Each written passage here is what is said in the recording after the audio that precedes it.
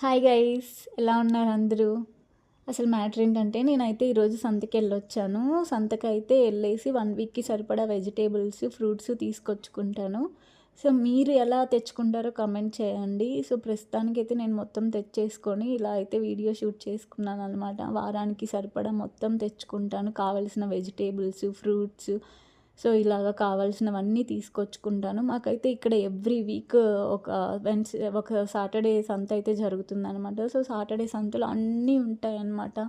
ఎండు చేపలు, ఎండు రొయ్యలు మొత్తం దొరుకుతాయన్నమాట. సో మేమైతే ఇక్కడ ఎండు చేపలు అయితే తీసుకోము, ఎందుకంటే వాళ్ళు కొంచెం కూడా బెటరు, బట్ కాస్ట్ అయితే చాలా చాలా ఎక్కువ ఛార్జ్ చేస్తారు. అందుకే మేము ఇక్కడ అయితే డ్రై ఫిష్ అయితే తెచ్చుకోము, ఊరి నుంచే తెచ్చుకుంటాము.